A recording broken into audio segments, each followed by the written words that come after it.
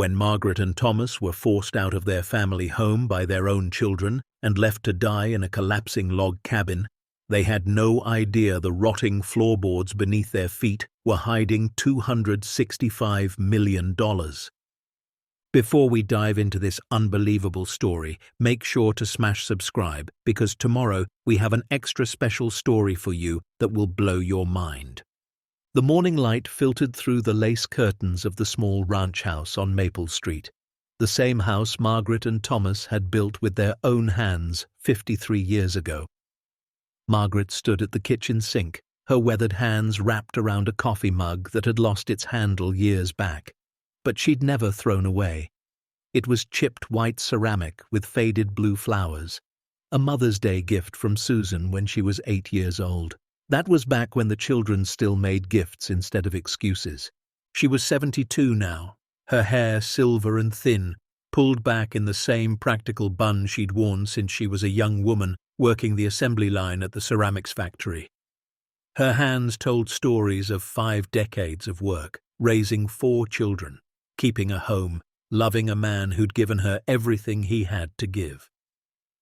Thomas shuffled into the kitchen behind her, his worn slippers scuffing against the linoleum floor they'd installed together in 1987. He was 75, his back permanently curved from 40 years of construction work, his knees protesting every step.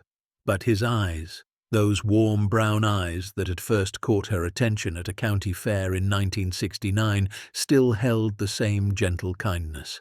"Coffee smells good," he said, his voice gravelly from sleep and too many years of smoking before he'd quit. She poured him a cup without asking how he took it. After 53 years of marriage, some things didn't need words.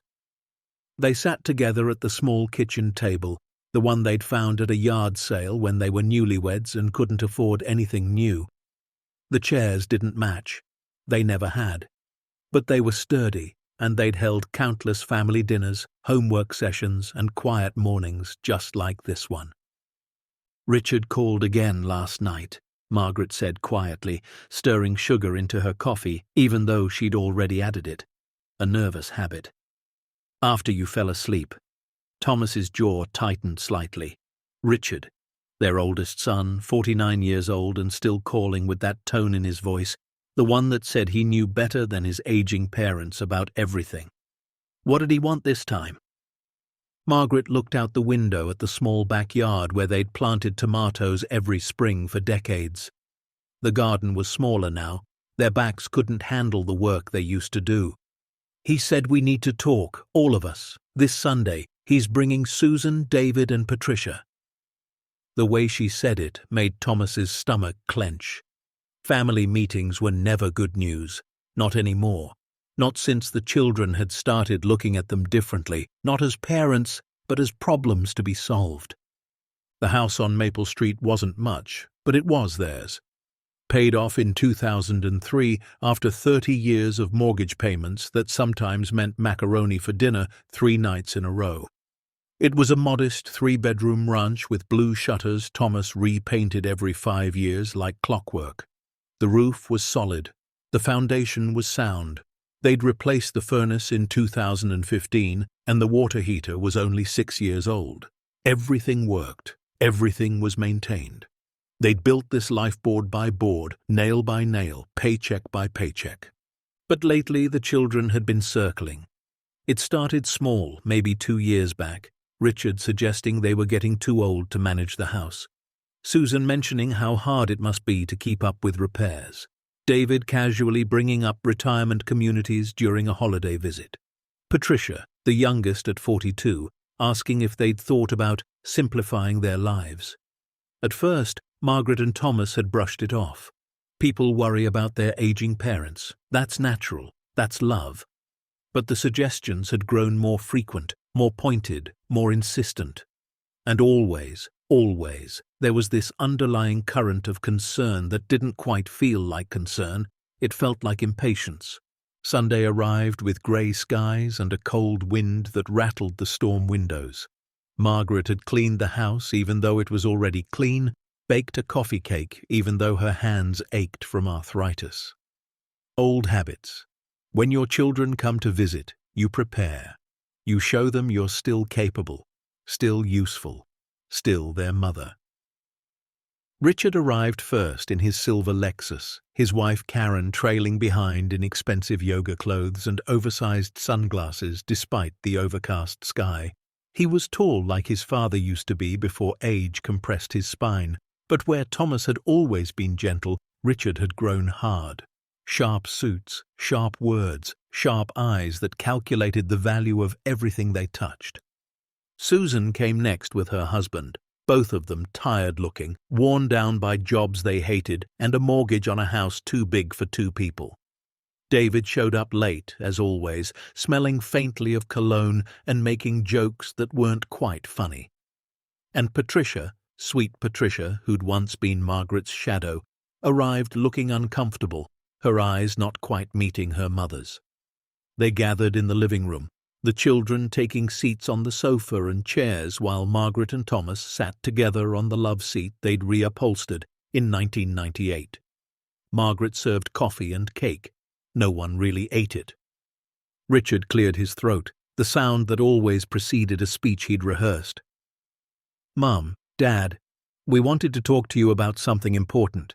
We've all been discussing it, and we think it's time to be realistic about your situation here." Margaret's hand found Thomas's knee. She squeezed. "What situation?" Thomas asked, his voice steady but quiet. "You're 75, Dad," Richard said, leaning forward with his elbows on his knees, hands clasped like he was in a business meeting. "Mom's 72. This house is too much for you. The yard work, the maintenance, the stairs to the basement. What if one of you falls? What if there's an emergency and you can't get to the phone?" "We managed just fine," Margaret said, but her voice came out smaller than she intended. Susan jumped in, her tone syrupy with false sweetness. "Mom, we're worried about you, both of you. We love you, and we want to make sure you're safe, comfortable, not struggling to keep up with a house that's honestly too big for two people." Margaret looked around the living room. Too big? It was 1,200 square feet. They'd raised 4 children in this space. How was it too big for 2? David shifted in his chair. "Plus, let's be honest, the property value in this neighborhood has really gone up. This house is probably worth, what, $250,000 now? Maybe 300? That's your retirement sitting here locked up in walls and a roof." There it was, the real concern, not their safety, not their comfort, the money. Thomas felt it like a punch to his already aching chest. "We're not selling our home," he said quietly. Richard's expression hardened. "Dad, be reasonable. We've found a solution. A place where you can live simply, no maintenance, no worries. It's perfect for you." Patricia spoke up for the first time, her voice barely above a whisper. "We found a property in West Virginia. It's small, but it's already furnished, very affordable." Margaret's blood ran cold. West Virginia? They'd lived in Ohio their entire lives. Their friends were here, their doctor was here, their church was here, their life was here. "We're not interested," she said, her voice stronger now. "Mom," Susan said, leaning forward with practiced patience, "just hear us out. We've already purchased it, as a gift, for you. It's a log cabin, very rustic, peaceful. You've always talked about wanting a quieter life." Had she? Margaret couldn't remember ever saying that. She'd talked about maybe visiting the mountains someday, sure. But living there? "You bought a house without asking us?" Thomas's voice rose slightly, rare anger creeping in. Richard pulled out his phone, swiping to photos. "Look, it's charming, very secluded. You'll love the peace and quiet." The photos showed a structure that was generous to call a cabin. It looked like something from a nightmare, dark logs, sagging porch, surrounded by overgrown trees that blocked most of the light. Margaret could see gaps in the roof. The windows looked broken or missing entirely. "That's a shack," Thomas said flatly. "It's a fixer-upper," David corrected. "But the bones are good, and honestly, at your age, you don't need much space. It's fully paid for. No mortgage, no property taxes to worry about. "What about our house?" Margaret asked, though she already knew the answer. Her stomach was churning. Richard sat back, his expression softening into something that might have looked like kindness if you didn't know better. "We'd like you to sign the house over to us. We'll handle the sale, split the proceeds among the four of us. It's only fair, really. We're the ones who'll have to deal with your estates eventually anyway. This way, it's taken care of now, and you get to live out your years in peace." Split among the four of them. Not help their parents with medical bills or making life easier. Split among themselves. The room went silent, except for the old clock on the mantel, the one Thomas's father had given them as a wedding present. It ticked like a heartbeat, steady and sure, measuring out seconds that felt like hours. "And if we say no?" Thomas asked. The children exchanged glances. Richard spoke carefully. "Dad, we're trying to do this the easy way. But if you're not capable of making sound decisions anymore, if your judgment is impaired, well, there are legal options. Power of attorney, conservatorship. We don't want to go that route, but we will if we have to, for your own good." The threat hung in the air like smoke. "Sign over everything, or we'll have you declared incompetent and take it anyway." Margaret felt tears burning behind her eyes, but she refused to let them fall, not in front of these strangers who looked like her children but spoke like creditors, not in front of the babies she'd nursed and raised and sacrificed for. Thomas's hand covered hers, his palm rough and warm and trembling slightly. "We need time to think," he said. "Of course," Richard said, standing up as if the matter was already settled. "But not too much time. We've already made arrangements. The cabin is ready. We thought you could move in 2 weeks. That gives you time to pack what you really need." 2 weeks. To leave the home they'd built, the life they'd lived, the memories embedded in every wall and floorboard. 2 weeks to become homeless at 72 and 75 years old. After they left, their expensive cars pulling away from the curb one by one, Margaret finally let herself cry. She stood at the kitchen sink, the same spot she'd stood that morning, and wept into her hands while Thomas held her from behind, his own tears soaking into her silver hair. "What do we do?" she whispered. Thomas had no answer. They'd raised those children, worked 3 jobs between them sometimes to keep food on the table and clothes on their backs, paid for braces and college funds and weddings, never asked for anything back except maybe a phone call on their birthdays. And this was what it came to.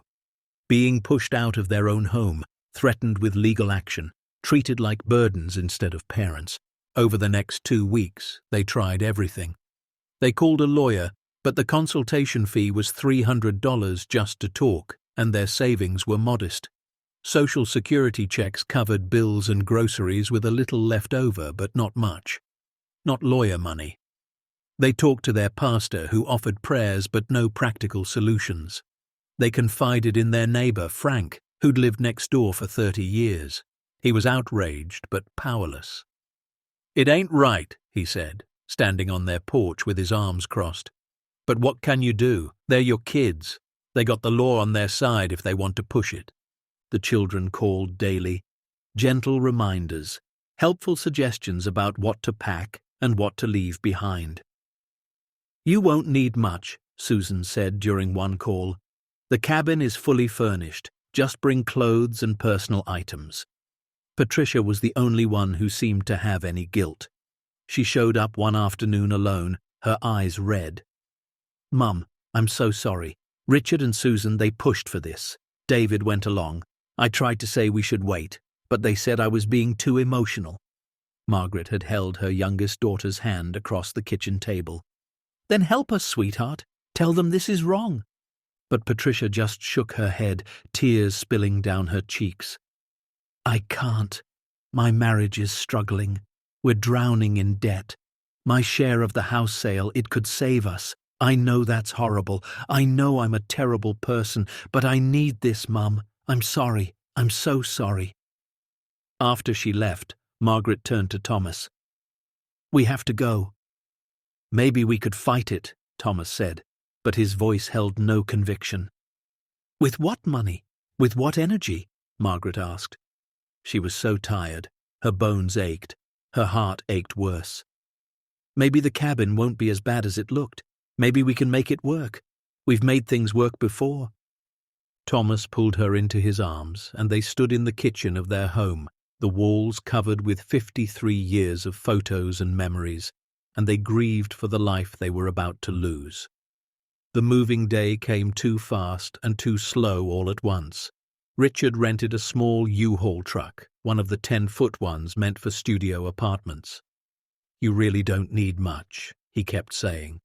Margaret packed her mother's china, the set she'd been given as a wedding present. Richard said it wouldn't fit. She packed Thomas's tools, his father's handcrafted woodworking set. David said they wouldn't need them at the cabin. She wanted to bring photo albums, boxes of them documenting their whole life. Susan said they could digitize them later and throw out the physical copies. In the end, they fit their entire life into the back of that small truck. Clothes, a few kitchen items, their bed, 2 chairs, some blankets. The rest, everything else they'd accumulated over more than 5 decades together, the children would handle. That meant sell, donate, trash. Margaret watched through the window as Richard directed a junk removal company to clear out the garage. Thomas's workshop, gone in an afternoon. The closing on the house was scheduled for the following month. The children had already found a buyer, someone who'd pay cash for a quick sale. $275,000, split 4 ways, $68,750 each. That's what their parents' home was worth to them. Not the memories, not the love, just the math. The drive to West Virginia took 6 hours. Thomas drove the U-Haul with Margaret beside him in the passenger seat. Richard followed in his Lexus for the first hour, then peeled off with a wave and a promise to check in soon. They drove through Ohio into the hills of West Virginia, deeper and deeper into terrain that grew wilder and more remote with every mile. The paved roads gave way to gravel. The gravel gave way to dirt. Trees pressed in on both sides, thick and dark, blocking out the afternoon sun. Margaret's hands were clasped so tight in her lap that her knuckles had gone white.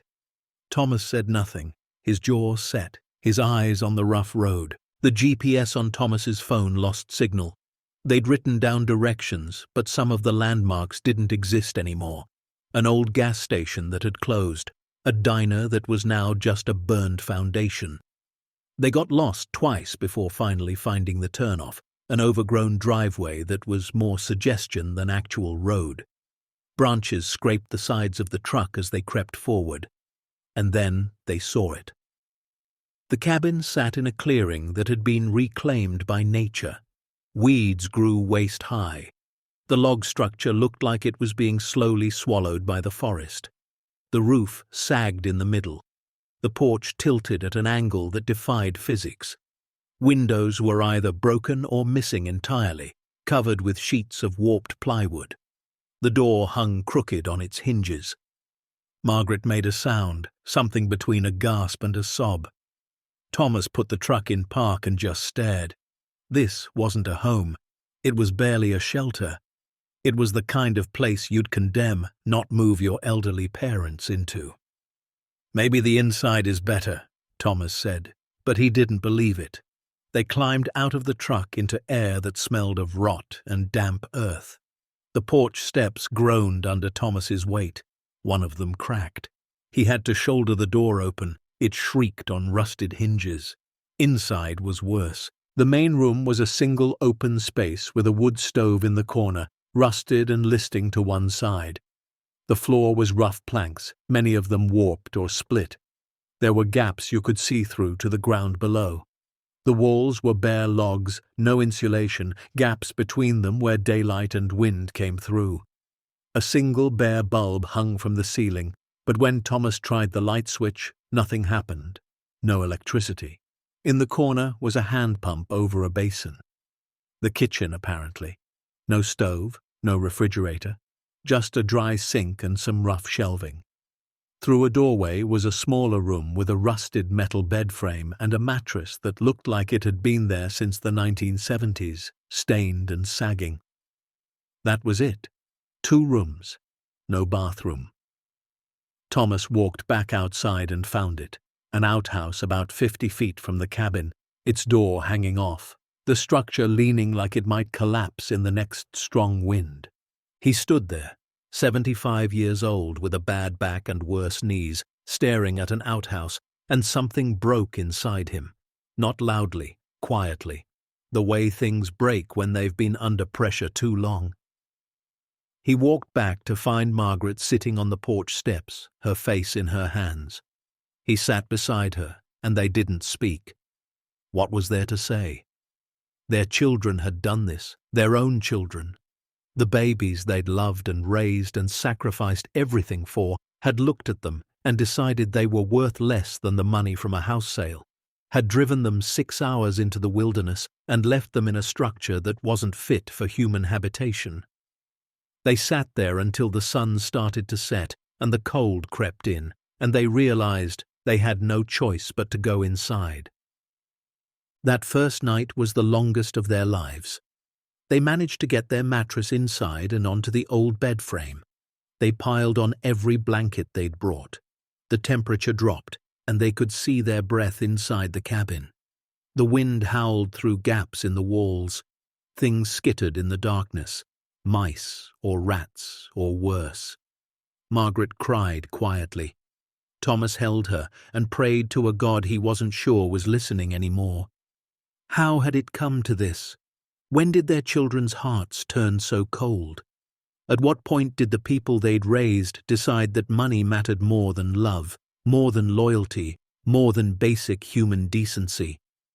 Morning came with grey light through the broken windows. They had no coffee. The hand pump outside produced rust-colored water that ran clear after several minutes of pumping.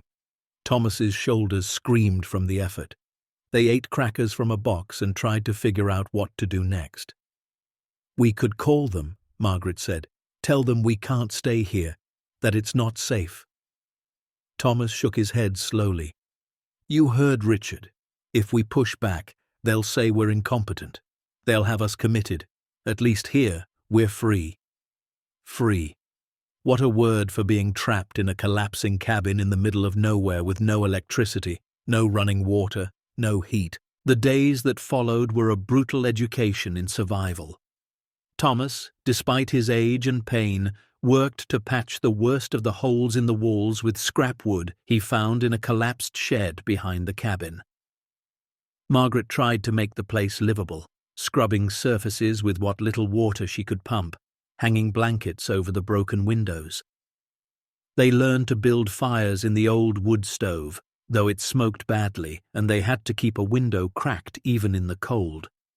They learned which floorboards would hold their weight and which to avoid. They learned to pump water until their arms ached and to ration what they brought inside. They learned to use an outhouse in the middle of the night, in the rain, in the cold, at 72 and 75 years old. Richard called once, 2 weeks after they'd moved in. "Just checking on you," he said, his voice cheerful. "Settling in okay?" Margaret, standing outside in the cold because there was no cell signal inside the cabin, wanted to scream, wanted to tell him about the leaking roof and the mice and the way Thomas's back had gone out from hauling water. Instead, she heard herself say, "We're managing." "Great," Richard said. "The house sold. Closing went through yesterday. We'll get your share of the equity sorted out. Probably put it in a trust or something. For your care." Your care. He said it like they were children, like he was the responsible adult managing incompetent elderly people. He didn't ask if they needed anything, didn't offer to visit, just confirmed that the money was handled and ended the call. The children's visits were rare and brief. Susan came once with a box of non-perishable food, the kind you'd give to a homeless shelter. Canned soup, crackers, powdered milk. She looked around the cabin with barely concealed disgust, stayed for 20 minutes, and left. "You really should think about a nursing home," she said on her way out. This is no way to live. David sent a text asking for their new address for records. He never came. Patricia showed up crying one evening, full of apologies and guilt, but she left too, drove away in her car back to her real life, leaving them in their exile. The weeks turned into months.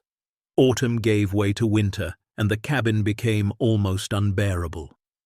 Snow came through gaps in the roof. Ice formed on the inside of the walls. They slept in their clothes, huddled together under every blanket they owned, and still they shivered through the nights. Margaret's arthritis flared so badly some mornings she couldn't make a fist. Thomas developed a cough that wouldn't go away, deep and rattling. They were dying, slowly, quietly, freezing and starving in a cabin their children had put them in so they could split the profits from a house sale. This was their reward for a lifetime of love and sacrifice. This was their children's gratitude. But something strange sustained them. Not hope exactly. Something fiercer. Spite, maybe. Or stubbornness. They'd survived worse. They'd lived through poverty when the children were young, through layoffs and recessions, through Thomas's father's long illness and Margaret's mother's death. They'd survived because they had each other, because giving up wasn't in their nature. They wouldn't give their children the satisfaction of dying conveniently. Not yet. They reinforced what they could. Thomas, despite his pain, managed to patch the worst leaks in the roof. Margaret figured out how to cook on the wood stove, simple meals that stretched their meager supplies. They learned the rhythms of the cabin, its sounds, its moods, its dangers. And then one night, as the wind hammered against the walls and snow fell through a gap they hadn't been able to reach, Thomas was pacing to stay warm. His feet hit a floorboard that moved differently than the others. Not rotten, not weak. It shifted in a way that felt deliberate, like it was meant to come up. He stopped, looked down. In the dim light of their kerosene lamp, he knelt, his knees protesting, and pressed on the board.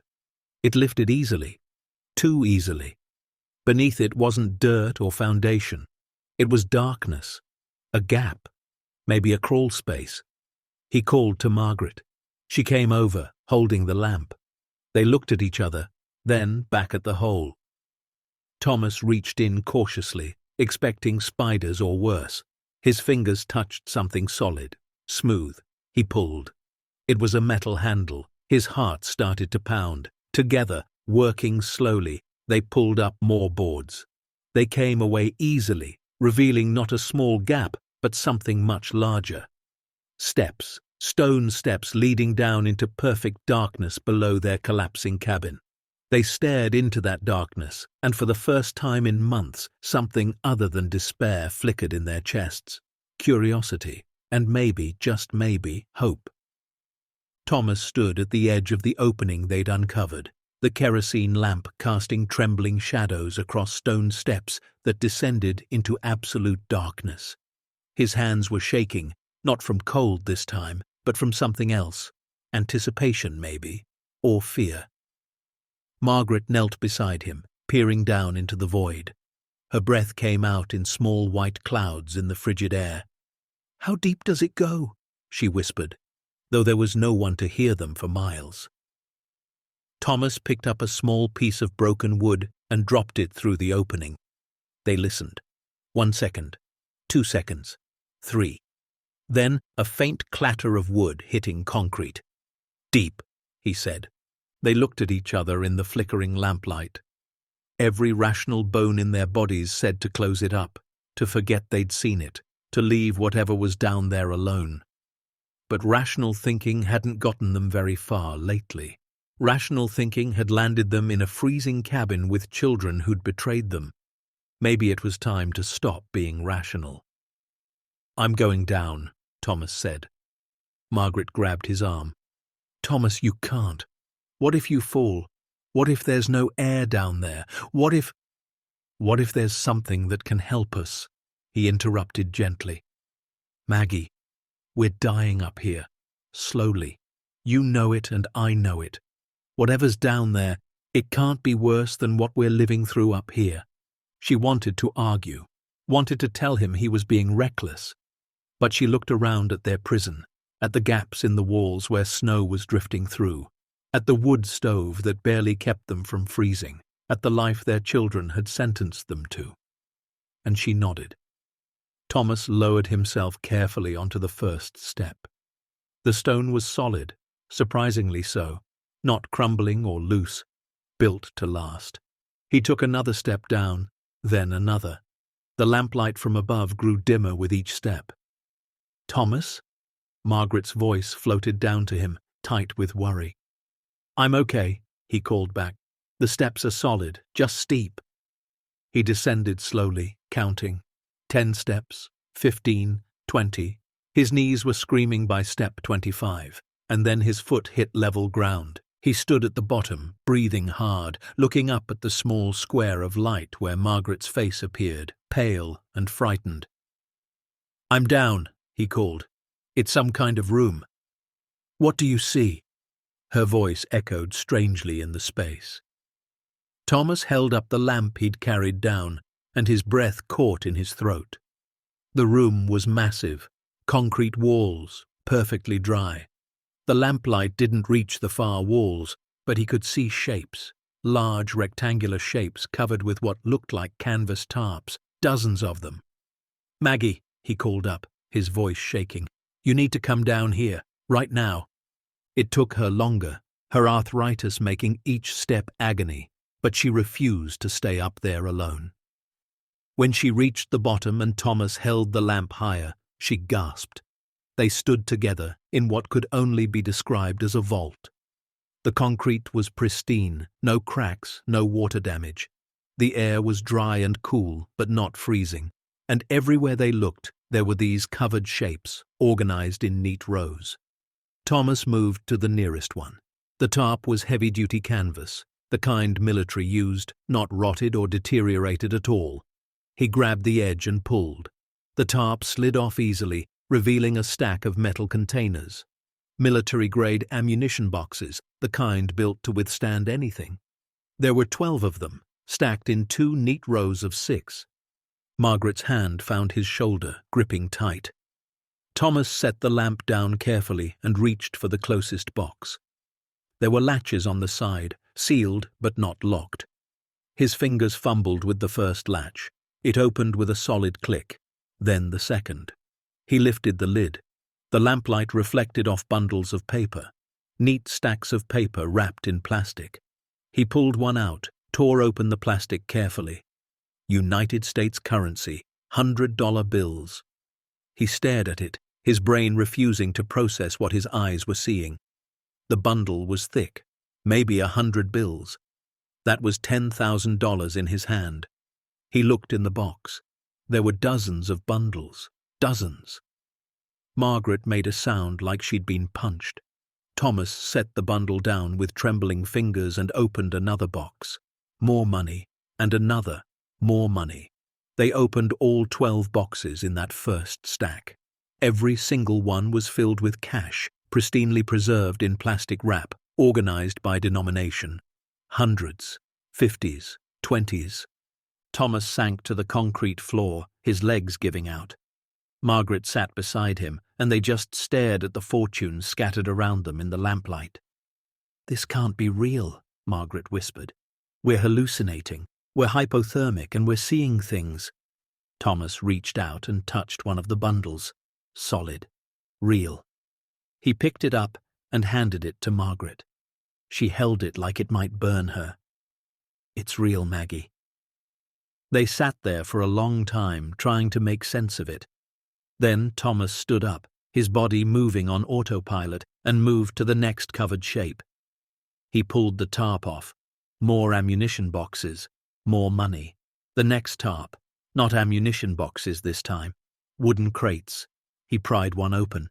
Inside, wrapped in oiled cloth, were gold bars. Actual gold bars stamped with weights and purity. 1 troy ounce. 10 troy ounces, some even larger. Margaret started to cry. Not from joy. From shock. From the absolute impossibility of what they were seeing. Thomas kept opening containers like a man possessed. bearer bonds in denominations of $10,000, $50,000, $100,000. Rare coins in protective cases. More gold, more cash. Some containers held documents, stock certificates, property deeds to land all over the country. They spent hours down there, moving from container to container, tarp to tarp, their minds unable to fully grasp the scope of what they'd found. At one point, Thomas found a metal desk pushed against the far wall. On it sat a leather journal, a flashlight that still worked when he clicked it on, and a wooden box. He opened the journal with shaking hands. The first page was dated August 3rd, 1976. The handwriting was precise, almost mechanical. If you are reading this, I am dead. My name is Walter Hutchins. This vault and everything in it is my life's work. I built it to protect what I'd earned from a world that only wanted to take it away. Thomas read it aloud to Margaret, his voice barely above a whisper in the concrete tomb. They sat together on the cold floor, the journal between them, and read the story of a man they'd never met. Walter Hutchins had made his fortune in rare earth minerals and patents in the 1950s and 60s. He'd invented several industrial processes that made him incredibly wealthy. But somewhere along the way, he'd grown paranoid. Didn't trust banks, didn't trust the government, didn't trust anyone. In the early 1970s, he'd bought this remote property in West Virginia for almost nothing. Everyone thought he was buying worthless land. But Walter had built this vault, dug deep into bedrock, reinforced with concrete and steel. He'd moved his fortune here piece by piece over several years. The cabin above was deliberate. He'd made it look worthless, collapsing, abandoned. He wanted people to see it and think nothing of value could possibly be there. He'd lived here alone for years, protecting his fortune, growing more isolated and paranoid. The journal entries became more erratic toward the end. Walter had no family, no friends, no one he trusted. He'd planned to eventually move the fortune somewhere else, to do something with it, but he never did. The last entry was dated March 19, 1991. I am 78 years old and I have wasted my life protecting pieces of paper and metal. I have no heir, no one to leave this to. Perhaps whoever finds it will be wiser than I was. Perhaps they will remember that fortune means nothing if you die alone. That was it. The last words of a lonely, paranoid man who'd buried himself alive with his wealth. Margaret closed the journal with shaking hands. When did he die? Thomas moved back to the desk. In the wooden box, he found legal documents. A death certificate. Walter Edmund Hutchins, died April 2, 1991. No known relatives. Estate went to the state of West Virginia. But the state had only known about the cabin and the land, assessed at minimal value. They'd sold it at auction years later for back taxes. It had changed hands half a dozen times since then, each owner buying it for almost nothing, trying to flip it, finding no buyers, letting it go for taxes again. Until Richard had bought it 3 months ago for $1,100 cash at a county tax auction. He'd bragged about it during that awful family meeting. Got it for nothing, he'd said. Perfect place to stick the old folks where they won't be a bother. What happens next will turn their nightmare into a miracle, expose their children's greed, and prove that sometimes the people who deserve the least get exactly what they gave. Stay tuned to see what happens next. If you're enjoying the story, please like, share, and subscribe for more. Margaret and Thomas climbed back up those stone steps as dawn was breaking, their minds reeling, their hearts pounding. They said nothing to each other. What was there to say? They'd just discovered more money than they could comprehend in a vault beneath a cabin their children had dumped them in to die. The irony was so sharp it cut.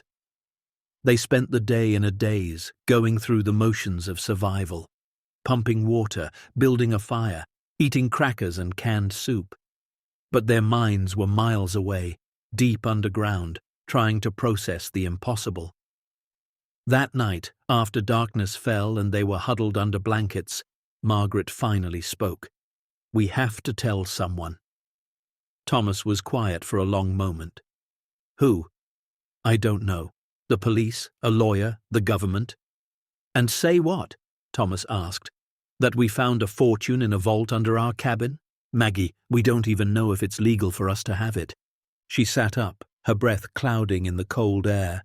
It was on our property. Richard signed the deed over to us. He made us sign all those papers, remember? Transferring ownership. This place is ours, legally. Doesn't that mean whatever's on it is ours too? Thomas thought about it. He'd worked construction for 40 years, not law. I don't know. Found money, treasure trove. There are laws about that stuff. And that much money, the government's going to want a piece. Taxes, questions. They'll investigate where it came from. It came from Walter Hutchins, Margaret said. It says so in his journal. He earned it legally. He just hid it. 30 years ago, Thomas countered. Who's to say it's all legitimate? What if some of it was from something illegal? What if we get arrested for having it? They argued in circles for hours. The ethical questions alone were overwhelming. Did they have a right to this money? Should they report it? Try to find if Walter had any distant relatives. And the practical questions were even worse. How do you transport millions of dollars in cash? How do you deposit it without raising every red flag in the banking system? How do you keep it secret? By the time they fell into exhausted sleep, they'd decided nothing except that they needed help. Professional help. Someone they could trust. The problem was, they didn't know anyone like that. The next day, Thomas made the long walk to where they could get cell phone signal about 2 miles up the dirt road. He called the only person he could think of. Father James, the priest from their old parish in Ohio. They'd known him for 20 years. He'd baptized their grandchildren. If anyone could give them moral guidance, it would be him. Thomas, Father James's warm voice came through the phone. I've been worried about you and Margaret. How are you both holding up? Thomas's throat tightened. Just hearing a friendly voice, someone who cared if they lived or died, nearly broke him. Father, I need to talk to you about something, hypothetically. There was a pause. All right, I'm listening. If someone found something valuable, something that didn't belong to them but the original owner was dead and had no heirs, would it be stealing to keep it? Another pause, longer this time. Thomas, what did you find? I can't say, not yet. I just need to know morally what the right thing to do is. Father James was quiet for a moment. The Church teaches that we should seek to return lost property to its rightful owner. But if the owner is deceased and there are no heirs and the property was legally abandoned, then the finder may have a legitimate claim.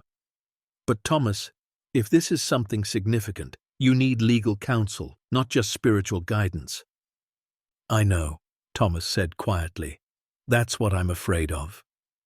There's a lawyer in Charleston, Father James said. Sarah Palmer.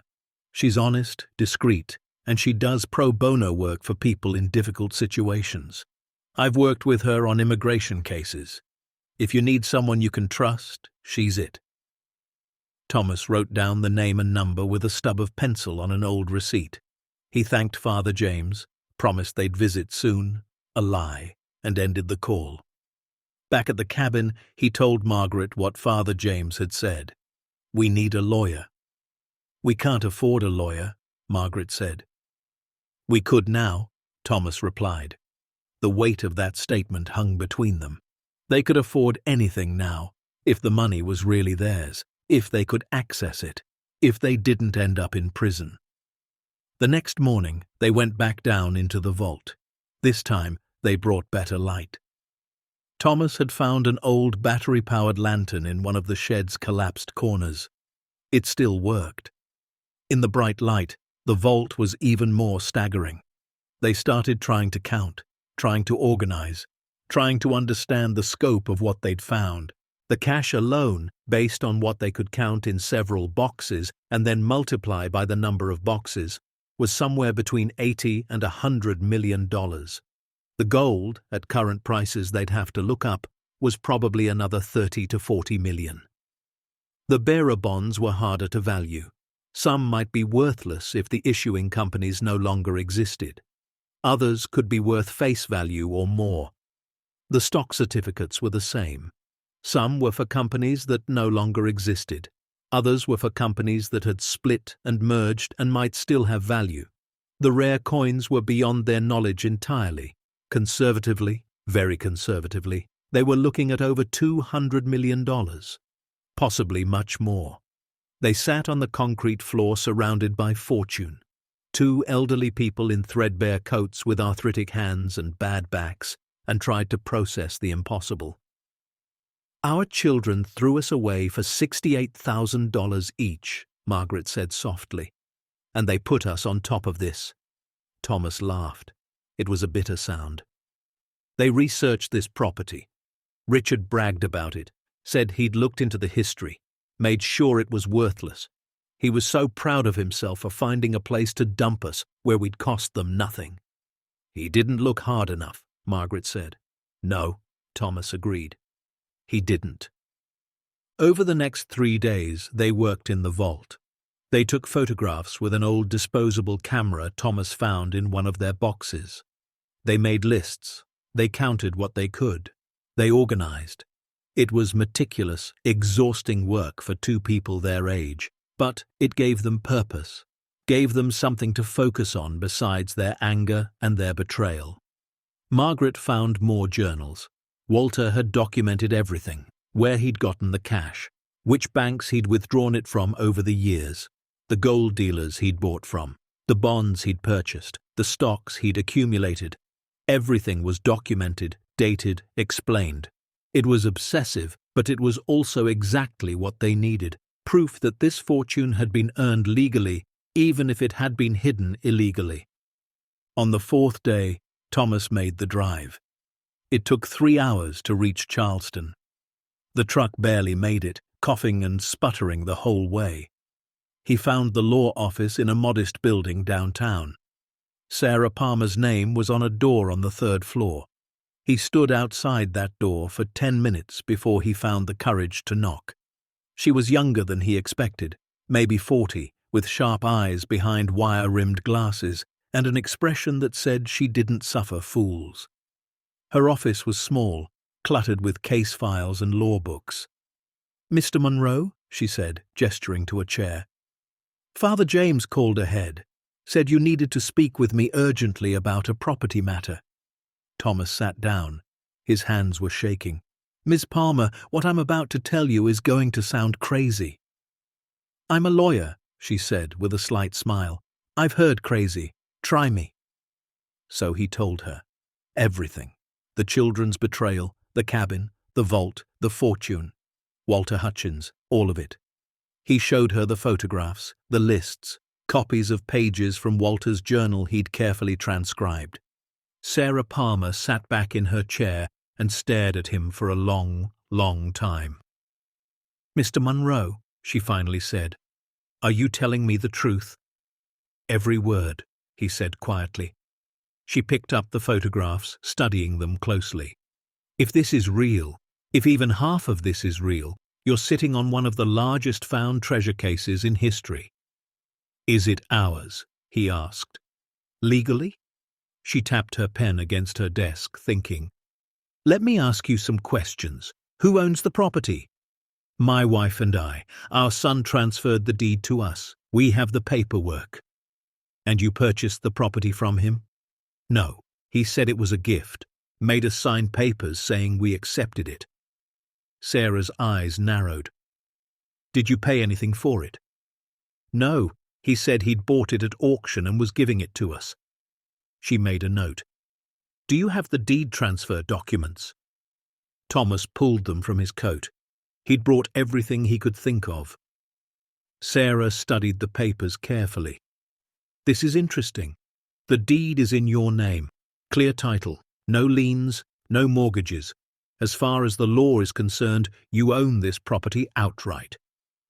So the vault, anything found on your property, if the original owner is deceased and there are no legal heirs, typically belongs to the property owner. But there are complications. She started listing them.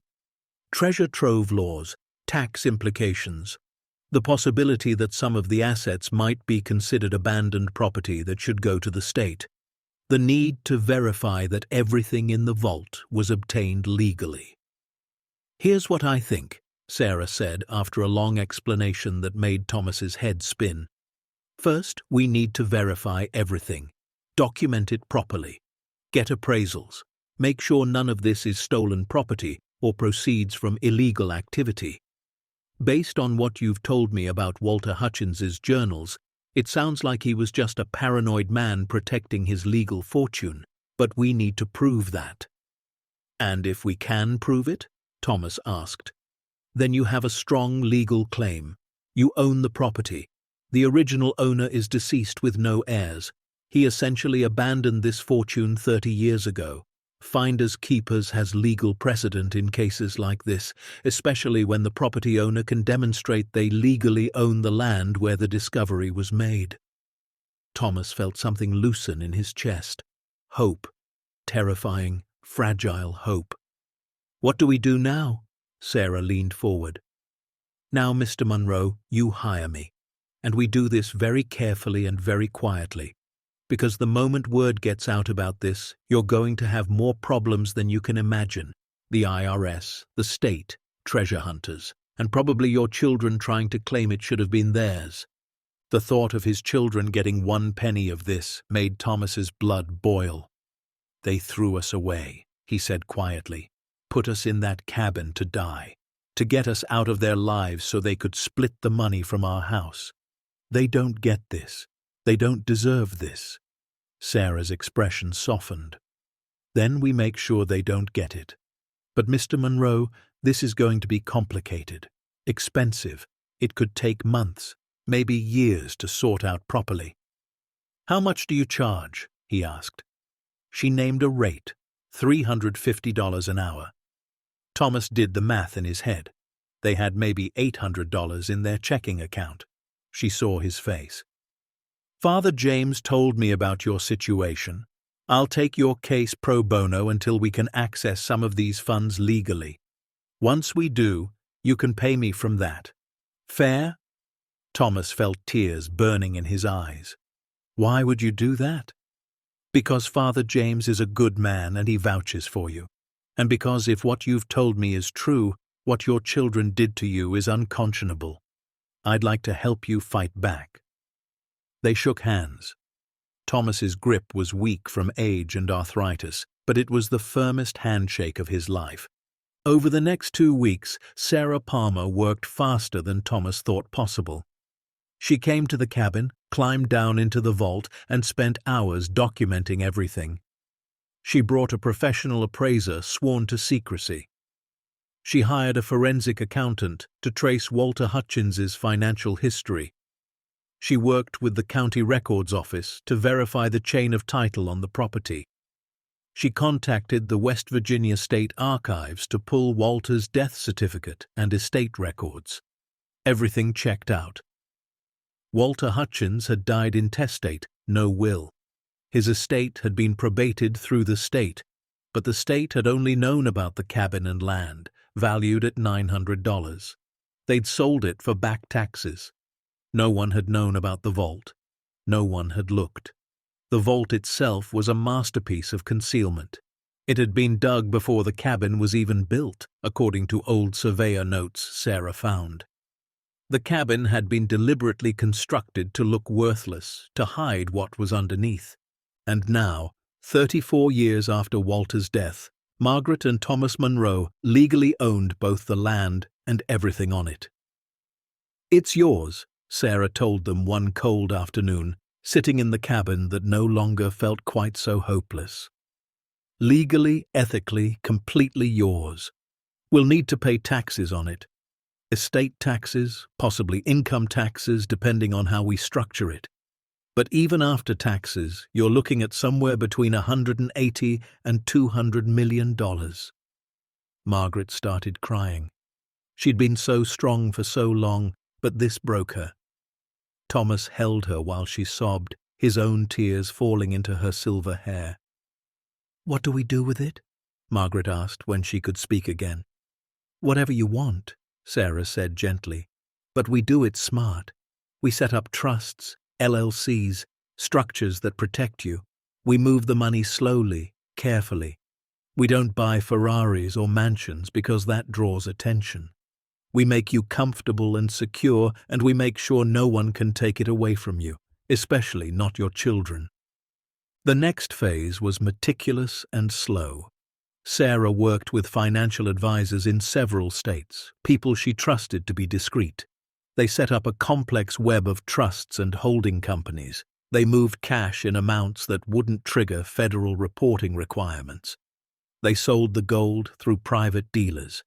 They had the bearer bonds and stock certificates authenticated and liquidated where possible. It took months. During that time, Margaret and Thomas stayed in the cabin. But things changed. They hired contractors, paid in cash, to do real repairs.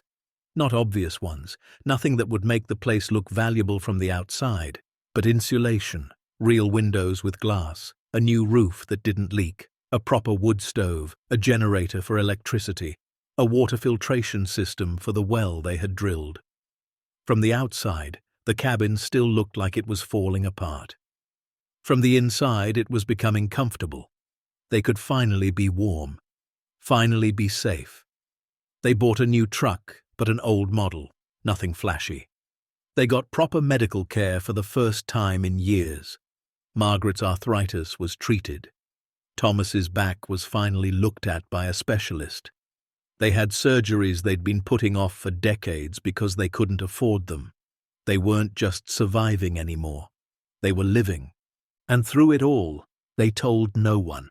Not their neighbors back in Ohio, not their old friends, and certainly not their children. Richard called every few weeks, always brief, always condescending. "Just checking in. You two managing okay in your little cabin?" "Yes," Thomas would say. "We're managing just fine." He never asked if they needed anything, never offered help, just called to check a box to clear his conscience if he had one. Susan sent a card at Christmas with a grocery store gift card for $25. David sent nothing. Patricia called crying every month, full of apologies, but she never offered to help them leave. Never invited them to stay with her. Just cried and apologized and hung up. They were dead to their children. Inconvenient reminders of guilt tucked away in the mountains where no one had to think about them. Except Margaret and Thomas were thinking. They were planning. They were healing. And they were getting ready. One evening in early spring, 6 months after they'd found the vault, Thomas sat on the newly repaired porch and called Richard. His son answered on the third ring, distracted. "Dad, I'm kind of busy. What is it?" "Just wanted to let you know we're doing fine," Thomas said calmly. "The cabin's working out." "That's great, Dad. Really great. Listen, I gotta go. Client meeting." "Richard," Thomas said before he could hang up, "you remember signing over the deed to this property?" A pause. "Yeah, so?" "Just making sure all the paperwork was in order. It is, right? Legal transfer of ownership to me and your mother?" "Of course it is," Richard said, irritated now. "I had a lawyer draw it up. Why?" "No reason," Thomas said. "Just wanted to be sure. Have a good night, son." He ended the call and smiled. It wasn't a kind smile. Beside him, Margaret rocked gently in the chair they'd bought, warm for the first time in months, her medical bills paid, her future secure. "He has no idea," she said softly. "None of them do," Thomas agreed. And they sat together in the growing darkness, listening to the spring peepers in the woods, waiting for the right moment to show their children exactly what they'd thrown away. By late spring, the transformation was remarkable, not in obvious ways. From the outside, the cabin still looked like something ready to collapse. The logs were still weathered and dark. The porch still sagged a little. Weeds grew tall around the foundation. Anyone driving past, if anyone ever drove past, would see exactly what Richard had intended them to see. A worthless shack in the middle of nowhere housing 2 forgotten old people waiting to die. But inside was a different story. The walls were now insulated properly, covered with clean pine paneling that smelled fresh and new. The floors were reinforced and level, covered with simple rugs. They had real furniture now, a comfortable sofa, a kitchen table that didn't wobble, beds with new mattresses that didn't sag or smell of mold. The generator hummed quietly in a shed Thomas had built, providing electricity for lights, a refrigerator, a microwave. They had running water from the well, filtered and clean. They had heat that didn't require feeding a smoky wood stove every 2 hours. Margaret stood in her kitchen, and it was a kitchen now, making coffee in a proper coffee maker. The morning sun came through actual glass windows, not plywood or plastic sheeting. She was wearing new clothes, nothing fancy, just clean jeans and a soft sweater that didn't have holes. Her hands still ached with arthritis, but the new medication made it bearable. She could open jars again, could hold a book without her fingers cramping. Thomas came in from outside, his boots clean, his back straighter than it had been in years. The surgery had helped. 3 months of physical therapy had helped more. He could walk without wincing now. Could bend to pick something up without his spine screaming in protest. He was 76 years old, and he felt better than he had at 70. They sat together at their table, drinking good coffee, eating eggs and toast, and if someone had told them a year ago this would be their life, they never would have believed it. But the money wasn't the miracle. The miracle was the hope. For the first time since their children had betrayed them, they felt like human beings again, like they mattered, like they had a future. Sarah Palmer visited regularly now, making the drive from Charleston every 2 weeks to update them on the financial arrangements. She'd become more than their lawyer. She'd become their friend, their advocate, their shield against a world that had tried to throw them away. The trusts are fully established, she told them during one visit, spreading papers across their new kitchen table. You have income streams set up that will give you more than enough to live comfortably. The bulk of the assets are protected in structures that can't be easily challenged, and we've kept everything quiet. No public records, no trail that leads back to you. How much? Margaret asked.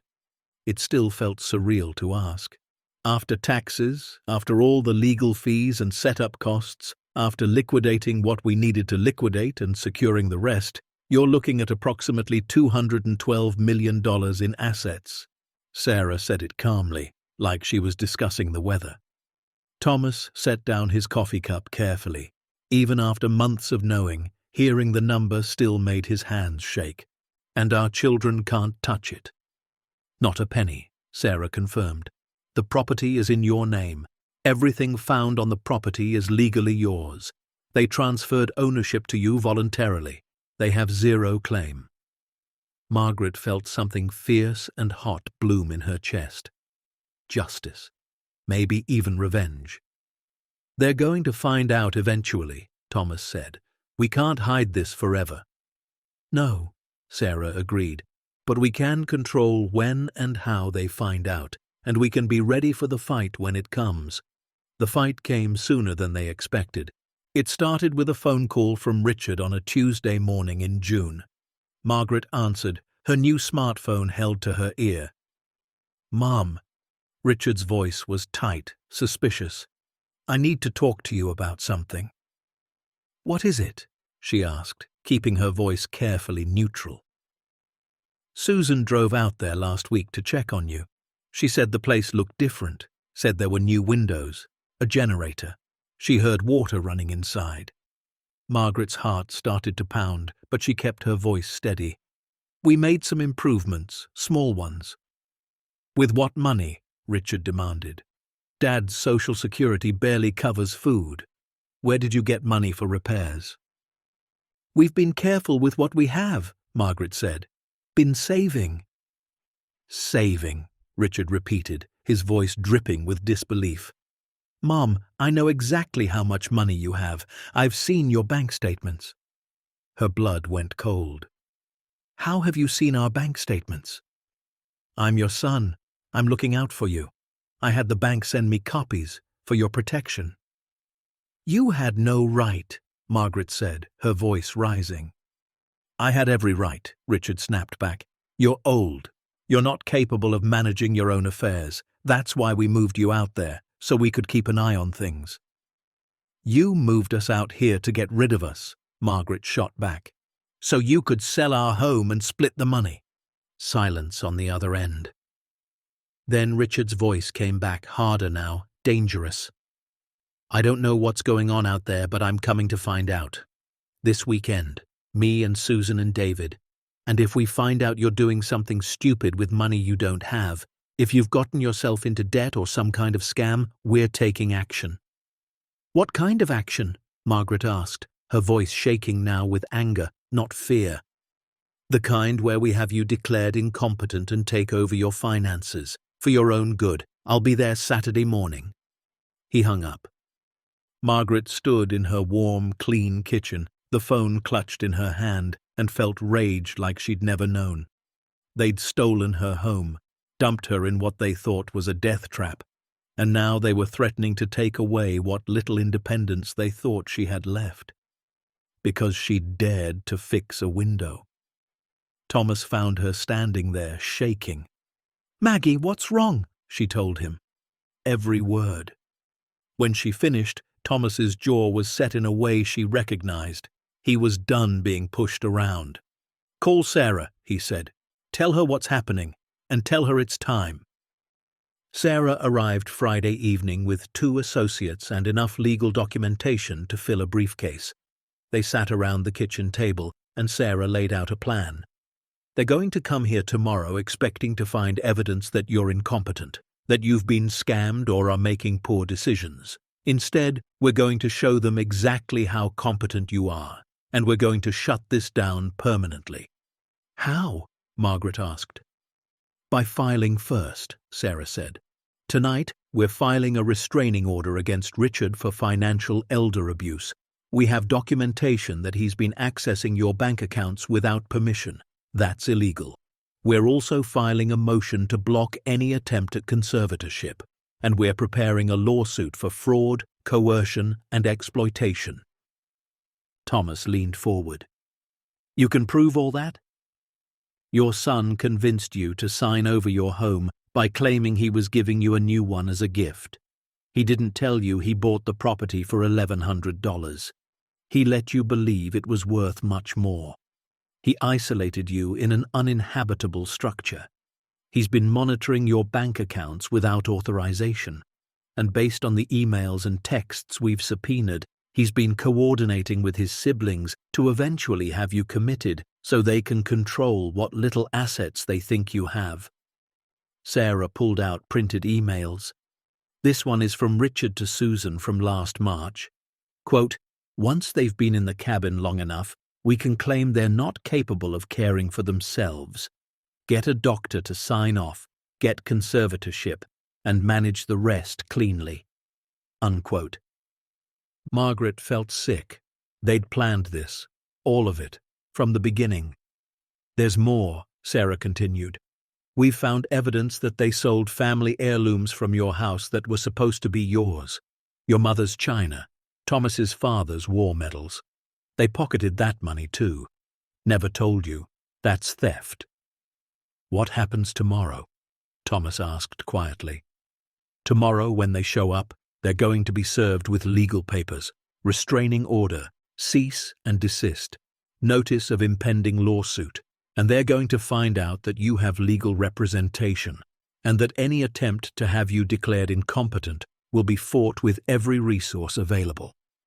"They're going to ask how we can afford you," Margaret said. Sarah smiled.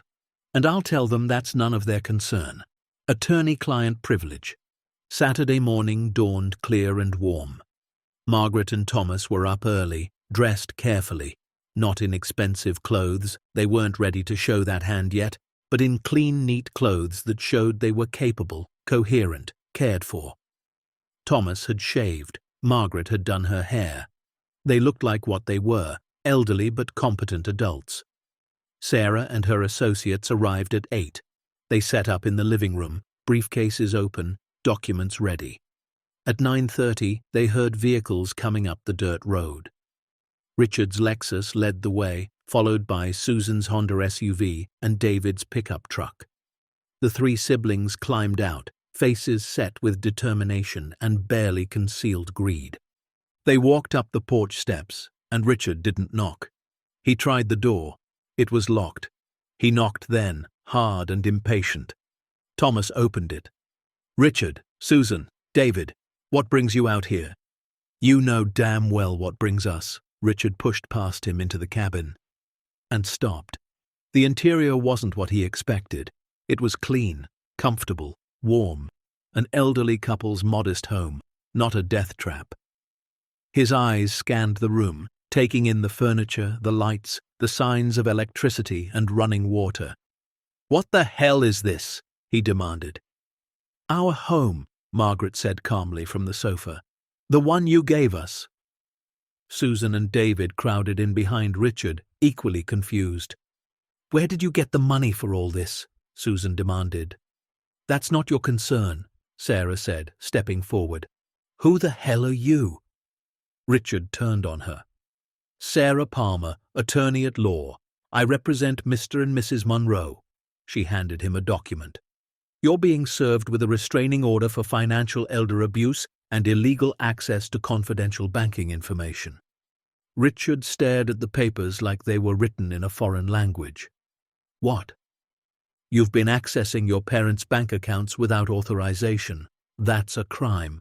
You're ordered to cease all contact regarding their finances and to stay at least 500 feet away unless invited." She handed packets to Susan and David. "You're both being served as well. Cease and desist from all harassment regarding conservatorship or any attempt to control your parents' affairs. Additionally, you're being notified of an impending lawsuit for fraud, theft, and elder exploitation." The color drained from Susan's face. David looked like he might throw up. Richard turned red. "This is insane. They're clearly not capable of making these decisions. Someone's manipulating them. Probably you." He pointed at Sarah. "Taking advantage of confused old people." "I'm not confused." Margaret stood up, her voice strong. "I'm clearer than I've been in years. You put us in a cabin you bought for $1,100 and told us it was a gift. You made us sign over our home so you could sell it and split the money. You stole family heirlooms and kept the proceeds.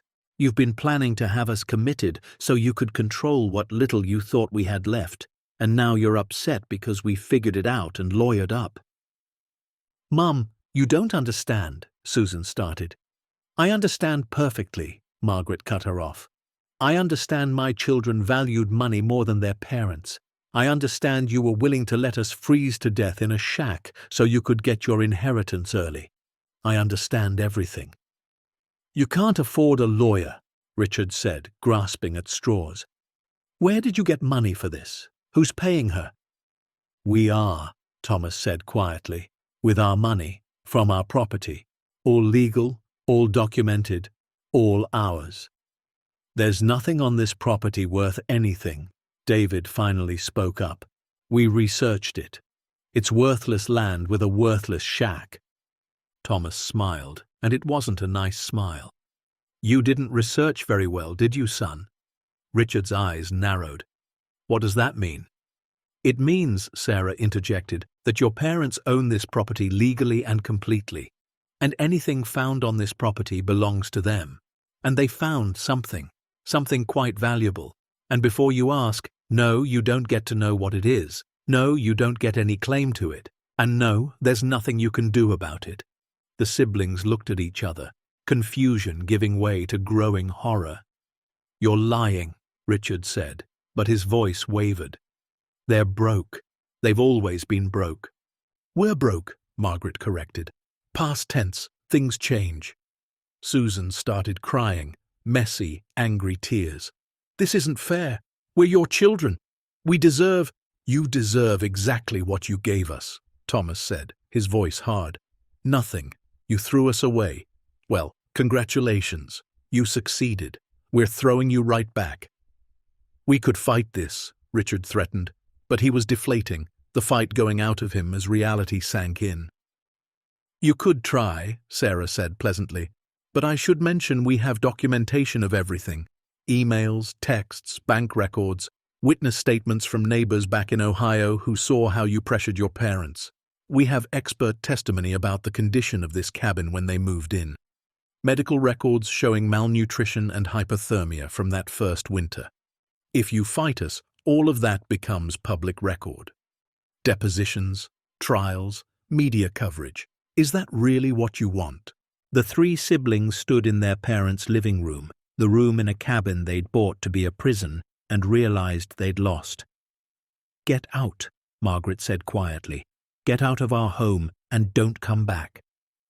"Mom," Patricia's voice came from the doorway. They all turned. The youngest daughter stood on the porch, her face pale, her hands shaking. "Patricia," Margaret's voice softened slightly. "Please." Patricia stepped inside, not looking at her siblings. "I know I don't deserve to ask, but please hear me out. You were part of this," Thomas said.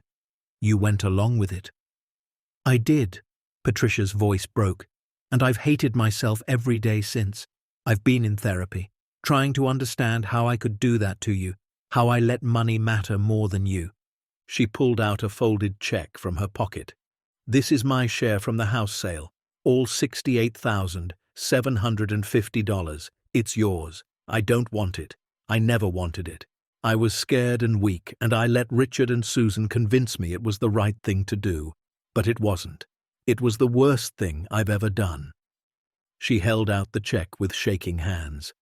Margaret looked at it, then at her youngest daughter, tears streaming down Patricia's face. "The money doesn't fix what you did," Margaret said quietly. "I know," Patricia whispered, "but I'm trying. I've left my husband, the one who pressured me to go along with this. I'm in counseling. I volunteer at a senior center now. I'm trying to become someone you could be proud of again. I don't expect forgiveness, but I needed you to know I'm sorry. So sorry." Margaret took the check, not because she needed it, but because she could see Patricia needed to give it, needed to try to make something right. "We'll see," was all she said. "If you mean it, we'll see." Patricia nodded and left, walking past her siblings without a word. Richard, Susan, and David stood frozen. "Is that what you wanted?" Sarah asked them. "To see what real remorse looks like?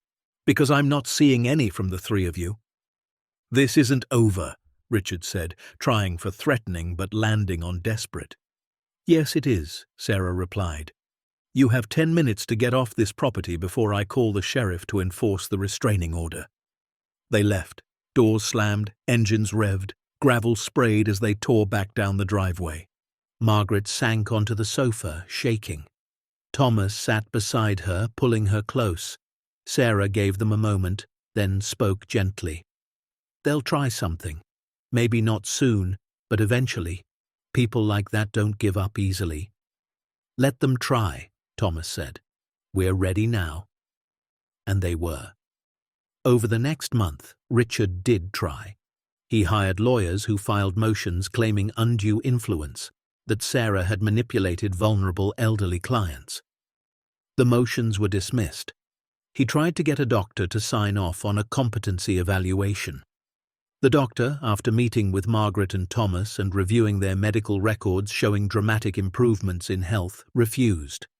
He tried to claim the property transfer had been done under duress, but he'd drafted the paperwork himself, had it notarized, had witnesses. His own thoroughness in stealing from his parents now worked against him. Susan tried a different approach. She went to local media with a story about a lawyer taking advantage of her poor elderly parents. The reporter she talked to was thorough. She investigated. She found the real story. Elderly couple abandoned by greedy children, left to die, fought back with legal help. The story that ran wasn't the one Susan wanted. It made the children look monstrous. Margaret and Thomas's photos were on the news, sympathetic elderly faces. The reporter had interviewed neighbors from Ohio who confirmed the children had pressured and manipulated, had sold the family home out from under the parents. Public opinion swung hard against Richard, Susan, and David. Richard's business started losing clients. People didn't want to work with someone who'd done that to his own parents. Susan's friends at the country club stopped inviting her to events. David's girlfriend left him when she found out. Patricia kept her distance but sent letters. Real letters, handwritten, talking about her therapy, her volunteer work, her genuine remorse. Margaret read them. Didn't respond at first, but she read them. By August, Sarah came to them with news. They're willing to settle. Settle what? Thomas asked. Drop all legal action. Sign a document admitting to elder abuse and fraud. Agree to permanent restraining orders. And pay restitution for the stolen family heirlooms. $200,000 total. Margaret and Thomas looked at each other. We don't need the money, Margaret said. I know, Sarah replied. But it's not about the money. It's about them admitting what they did, putting it in writing, taking responsibility. What if we say no? Thomas asked. Then we go to trial. It'll be public, brutal, expensive, though you can afford it now, and you'll probably win. But it'll take a year, maybe 2. Margaret was quiet for a long moment. Then she said, I want them to admit it, in writing. I want them to say they were wrong, that they hurt us deliberately, that they tried to steal from us and control us. They'll have to, Sarah confirmed. It's part of the settlement, full written apology and admission of wrongdoing. Then yes, Margaret said, let's be done with them. The settlement was signed in September. Richard, Susan, and David each wrote formal letters admitting to elder abuse, financial exploitation, and theft. They agreed to restraining orders that prevented them from coming within 1,000 feet of their parents. They paid the restitution, and they lost everything else, their relationship with their parents, their reputations. For Richard, half his business clients. For Susan, her social standing. For David, relationships that couldn't survive the shame. Patricia didn't sign anything because she'd never fought. She'd given back her money and admitted her guilt from the start. In October, Margaret finally responded to one of her letters. It was short. We're willing to talk. No promises, but we'll talk. They met at a diner halfway between Charleston and the cabin. Patricia looked thin, worn, but there was something different in her eyes. Something genuine. Thank you for seeing me, she said as she slid into the booth across from her parents. We're not ready to forgive, Margaret said honestly, but we're willing to listen. And Patricia talked. For 2 hours, she talked about her guilt, her therapy, her divorce, her volunteer work with elderly people experiencing abuse, how she'd started an advocacy group, how she was trying to become someone worthy of their love again. I can't undo what I did, she said, crying quietly into her napkin, but I can spend the rest of my life trying to make sure it doesn't happen to other people. I can be better. I can do better. Thomas reached across the table and took her hand, just held it. Didn't say anything, but the gesture spoke volumes. When they left the diner, they didn't make promises. Didn't set up another meeting, but they didn't say no to one either. It was a beginning. Maybe. That night, back in their cabin, their home, Margaret and Thomas sat on their porch in comfortable chairs, wrapped in warm blankets, watching the stars come out over the mountains. Do you think we did the right thing? Margaret asked. With Patricia? Thomas nodded. Giving her a chance? I think, Thomas said slowly, that she's the only one who's actually trying to change. Actually sorry. The others are just sorry they got caught. We got lucky, Margaret said. Finding that vault, finding the money. No, Thomas disagreed. Luck was surviving that first winter. Everything else was justice. They sat in comfortable silence, holding hands, survivors of a betrayal that should have destroyed them. Instead, it had revealed their strength and given them the resources to fight back. Below them, deep in the earth, an empty vault waited. They'd moved the fortune, secured it, protected it, but they'd left the vault itself intact. Sometimes they went down there just to sit in the space where their life had changed, where Walter Hutchins's paranoid preparations had become their salvation. They'd put up a small plaque on the wall. Walter Edmund Hutchins, 1913 to 1991. Your fortress protected us when our own family wouldn't. Thank you. And though Walter was 3 decades dead, they liked to think he'd be happy. That his fortune had finally found someone who needed it, who deserved it, who would use it not just to survive, but to make things right. By early November, the settlement was finalized and the children were legally bound to stay away. But for Margaret and Thomas, the end of the legal battle wasn't an ending. It was a beginning. They sat with Sarah one afternoon, the 3 of them around the kitchen table that had become their war room, their planning center, their place of transformation. "We want to do something with the money," Margaret said. "Something that matters." "You don't have to justify how you use your own money," Sarah reminded them gently. "It's yours. You can buy whatever you want, go wherever you want." "We know," Thomas said, "but we've been thinking about all the people out there like us. Elderly people whose families see them as burdens instead of blessings, who get pushed aside, manipulated, stolen from. We want to help them." Sarah leaned forward, interested. "You're talking about a foundation." "Is that what it's called?" Margaret asked. "When you set up something to help people?" "Yes, a charitable foundation. You fund it with your assets, establish a mission, hire people to run programs. It's very doable, especially with your resources." Thomas pulled out a notebook. He'd been writing in it for weeks. Ideas, plans, dreams.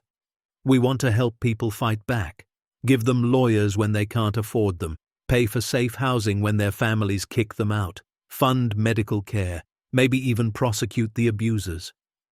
"That's ambitious," Sarah said, "but absolutely possible. You're looking at something like a legal aid foundation combined with a housing program and healthcare initiative, specifically for elder abuse victims." "Yes," Margaret said firmly, "exactly that." Over the next 6 months, Sarah helped them establish the Hutchins Monroe Foundation for Elder Dignity. They named it after Walter, the paranoid millionaire who'd inadvertently saved them and themselves, the survivors who'd transform his hidden fortune into hope for others. They funded it with $50 million initially, with plans to add more. They hired a director, a woman named Angela Torres, who'd spent 20 years working in elder advocacy and had seen too many cases where victims had no resources to fight back. They rented office space in Charleston, started hiring lawyers, social workers, case managers. The foundation's mission was simple: no elderly person should suffer abuse from family members without recourse. They would provide free legal representation, emergency housing, medical care, and counseling to anyone over 65 experiencing family exploitation or abuse. Word spread quickly. The first month they had 12 applicants. The second month, 47. By the 6th month, they were receiving over 200 requests for help every week. There was a woman in Kentucky whose son had forged her signature and stolen her house. The foundation sent lawyers who got the house back and had the son arrested. There was a man in Tennessee whose daughter had him declared incompetent so she could access his veterans' benefits. The foundation fought the conservatorship and won. There was a couple in Virginia whose children had moved them into a basement and were charging them rent from their Social Security. The foundation got them out, got them safe housing, and prosecuted the children for exploitation. Each case was a small victory. Each person helped was a life saved. And Margaret and Thomas read every report, reviewed every case, and felt their hearts healing in ways they hadn't expected. They weren't just victims anymore. They were advocates, warriors, champions for people who couldn't fight for themselves. But helping others from a distance wasn't enough for Margaret. She wanted to do more, in their own community. One afternoon, she drove into the nearest town, a place called Cedar Falls, population 3,200. It was dying the way small towns do, slowly bleeding young people to cities, watching businesses close, seeing hope fade. She walked into the community center, a rundown building that served as a gathering place for the town's aging population. Inside, elderly people sat in folding chairs playing cards on wobbly tables. The heat barely worked, the roof leaked, the bathroom was a disaster. Margaret found the director, a tired-looking woman named Louise who was 70 herself and volunteering because no one else would. "Can I help you?" Louise asked. "I want to help you," Margaret said. "This place, what would it take to fix it up, make it really good for the people who come here?" Louise laughed bitterly. "More money than this town has. We can barely keep the lights on. The building's condemned, actually. We're supposed to close next month. Nowhere else for these folks to go." Margaret looked around at the elderly people, many of them alone, many of them poor, all of them needing a place to belong. "What if you had the money? What would you do?" Louise's expression changed. She looked at Margaret carefully. "Are you serious?" "Completely." Over the next hour, Louise laid out her dream. A real community center with proper heating and cooling, a commercial kitchen for group meals, activity rooms, a library, exercise facilities designed for elderly bodies, a medical clinic for basic care, legal aid services, transportation help, everything a small town's aging population might need. "That would cost millions," Louise said. "Millions we don't have." Margaret smiled. "What if you did?" 3 months later, the old community center was torn down and construction began on a new building. State-of-the-art, accessible, beautiful. The town couldn't believe it. An anonymous donor, they were told. Someone who believed Cedar Falls deserved better. The building opened in June, 18 months after Margaret and Thomas had found the vault. The Cedar Falls Community and Senior Center was a jewel. Bright, warm, welcoming. It had a full commercial kitchen where volunteers served hot meals 5 days a week. A medical clinic staffed by a nurse practitioner 3 days a week. A legal aid office where foundation lawyers held office hours. Activity rooms for art classes, book clubs, exercise programs. A library with large print books and audiobooks. A computer lab where seniors could learn technology. And a wall of photographs honoring the town's elderly residents, their stories, their contributions, their lives. The grand opening drew the whole town. The mayor gave a speech, the local paper covered it, and in the back of the room, Margaret and Thomas stood quietly, watching elderly people explore the space with wonder and gratitude. No one knew they were the donors. They'd insisted on anonymity. This wasn't about recognition. It was about giving back, about making sure what happened to them never happened to anyone else if they could help it. But anonymity only lasted so long. By fall, journalists started connecting dots. The Hutchins Monroe Foundation was funded by someone with deep pockets.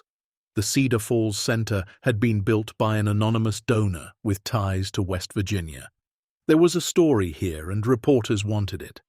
Margaret and Thomas discussed it with Sarah. "We could keep fighting to stay private," Sarah said. "But eventually someone will find out. Might be better to control the narrative." "What would we say?" Thomas asked. "The truth," Margaret replied. "Maybe it's time people knew, not for us, but so other people in our situation know they're not alone." They agreed to one interview. 60 Minutes wanted them. So did the Washington Post. They chose a smaller outlet, a reporter from Charleston who'd covered elder abuse cases before and who they trusted to tell the story right. Her name was Jennifer Blake. She came to the cabin on a crisp October afternoon, a year and a half after the discovery. She looked around the modest exterior, the interior that was comfortable but not lavish, and at the 2 elderly people sitting on their sofa holding hands. "Tell me your story," Jennifer said, recorder running. And they did. Everything. The children's betrayal, the cabin that was meant to be a death trap, the desperate first winter, the discovery of the vault, Walter Hutchins and his paranoid fortune, the legal battle, the foundation, the center, all of it. Jennifer listened with tears running down her face. When they finished, she asked, "What do you want people to know?" Margaret thought for a moment. That being old doesn't mean being powerless. That family doesn't always mean love. And that sometimes the worst thing that happens to you can become the best thing you ever do with your life. The article ran on a Sunday in November. By Monday morning, it had gone viral. By Tuesday, Margaret and Thomas were on national news. By Wednesday, their phone was ringing constantly with interview requests, speaking invitations, and people wanting to donate to the foundation. They were overwhelmed. They'd expected some attention. They hadn't expected this. People connected with their story. Elderly people who'd experienced similar betrayals wrote letters by the hundreds. Adult children who felt ashamed of how they'd treated aging parents reached out with apologies. Families started having difficult conversations about elder care and respect, and the money poured in. Donations to the Hutchins Monroe Foundation went from $50 million to $75 million to over $100 million in 3 months. People wanted to be part of something that helped the most vulnerable. The foundation expanded, opened offices in 12 states, hired more staff, helped more people. Margaret and Thomas became the faces of elder advocacy, though they never sought it. But Richard, Susan, and David saw the articles, saw their parents on television, saw the foundation bearing their family name, and they saw the money, so much money. Richard called Sarah's office first. "I want to speak to my parents." "They don't want to speak to you. The restraining order still stands. They're on TV talking about millions of dollars, money that should be ours. We're their children. We have a right." "You have no rights," Sarah cut him off. "You signed away any claim in the settlement, remember? We were coerced. You were caught, and you admitted it in writing. Move on with your life." But Richard couldn't move on. None of them could. They'd thrown away their parents for $68,000 each, and those parents had been sitting on $200 million. The irony was too bitter. The rage too consuming. In December, Richard hired a new lawyer. Expensive, aggressive, the kind who didn't care about ethics, only winning. They filed a lawsuit claiming undue influence, that Sarah had manipulated vulnerable elderly clients, that the foundation was a scheme to steal the inheritance that rightfully belonged to the children. It was baseless, desperate. But it was public, and it was ugly. The case went to court in February. The trial was held in Charleston, and the courtroom was packed. Media, advocates, elderly people from across the state who'd been helped by the foundation, and the Monroe children sitting on one side, Margaret and Thomas on the other. Richard's lawyer tried everything, claimed Margaret and Thomas weren't mentally competent when they'd established the foundation, brought in a psychiatrist who'd never met them to speculate about diminished capacity, suggested Sarah had brainwashed them, implied the money was obtained illegally. Sarah destroyed every argument. She brought medical experts who testified about Margaret and Thomas's excellent cognitive function. She brought the forensic accountant who'd traced every dollar of Walter Hutchins's fortune to legal sources. She brought Angela Torres from the foundation to testify about the careful, thoughtful way Margaret and Thomas had established their charitable work. And then she called Margaret to the stand. Margaret walked slowly to the witness box. She was 74 now, her hair completely silver, her hands showing every year of her age, but her eyes were clear and strong. Richard's lawyer approached her like she was already defeated. "Mrs. Monroe, isn't it true that you were confused and disoriented when you met Miss Palmer?" "No," Margaret said firmly. "I was desperate and betrayed, but I've never been confused." "You're elderly. You have health problems. How can you be sure you understood what you were signing?" "I understood perfectly. My son and his siblings had stolen my home and tried to steal my dignity. Miss Palmer helped me fight back." The lawyer tried a different approach. "You claim you found over $200 million in a vault under a cabin. Doesn't that sound far-fetched? It sounded far-fetched to me too, Margaret replied. But it was real. We have documentation. We paid taxes on it. It's legal. It's ours. But shouldn't that money go to your children? Your own flesh and blood? Margaret's expression hardened. My children put me and my husband in a cabin they bought for $1,100 and told us it was a gift. They took our home and sold it for their profit. They monitored our bank accounts without permission. They planned to have us declared incompetent so they could control us completely. They stole family heirlooms and kept the money. So no, I don't think they deserve a penny of what we found. You're being vindictive, the lawyer accused. I'm being just, Margaret corrected. There's a difference. The lawyer tried to rattle her, tried to make her seem angry or irrational. But Margaret was neither. She was calm, clear, unshakable. She told the jury about that first winter in the cabin, about nearly freezing to death, about using an outhouse at 72 years old in a snowstorm, about pumping water until her arthritic hands bled, about lying awake at night wondering which would kill them first, the cold or the heartbreak. My children did that to me, she said quietly. Not strangers, not enemies, my own children, because they wanted money and we were in the way. There wasn't a dry eye in the courtroom. Then Thomas took the stand. He was 77. His back was still a little bent despite surgery, but his voice was strong. Those are my children, he said, pointing to Richard, Susan, and David. I worked 3 jobs sometimes to feed them. My wife sewed their clothes. We went without so they could have, and when we got old, when we needed them, they threw us away like trash. Richard's lawyer tried to paint him as bitter. You're angry at your children. Yes, Thomas said simply. I am. Wouldn't you be? But anger isn't a reason to disinherit them. I'm not disinheriting them, Thomas replied.